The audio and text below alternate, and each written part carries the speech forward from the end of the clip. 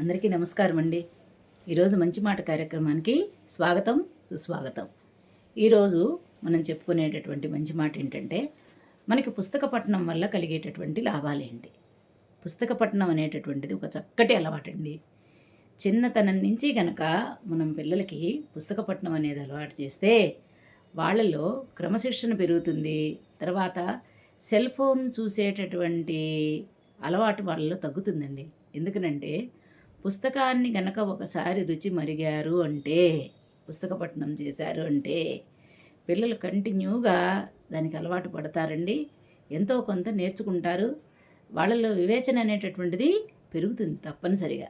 అందువల్ల పుస్తక పఠనాన్ని చిన్నప్పటి నుంచే పిల్లలకి మనం అలవాటు చేయాలి. అంతేకాకుండా మనకి ఒక ఇంగ్లీష్లో ఒక సామెత కూడా ఉంది.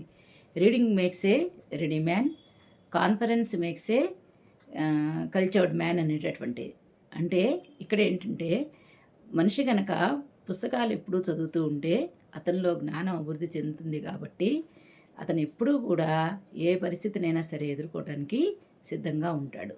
అందువల్ల రీడింగ్ అనేటటువంటిది ఒక గొప్ప హ్యాబిట్గా పిల్లలకి చిన్నతనం నుంచే మనం నేర్పాలండి.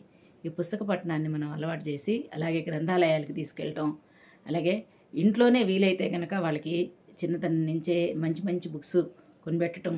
ఏదన్నా మంచి ఒక ర్యాంక్ వచ్చిందనుకోండి, లేకపోతే ఒక విద్యార్థికి పరీక్షలో మంచి మార్కులు వచ్చినాయనుకోండి, ఓ చక్కటి పుస్తకం కొనిపెట్టి ప్రజెంట్ చేసి దగ్గరుండి పేరెంట్స్ కనుక చదివిస్తే వాళ్ళకి పుస్తక పఠనం అనేటటువంటిది అలవాటు అవుతుందండి. ఈ అలవాటు మనందరం చేద్దామా? చాలామందికి మనలో ఇప్పటికీ ఉంది. ఇది పిల్లల్లో కూడా మనం అలవరిస్తే బాగుంటుందని నా ఉద్దేశం అండి. ధన్యవాదాలు.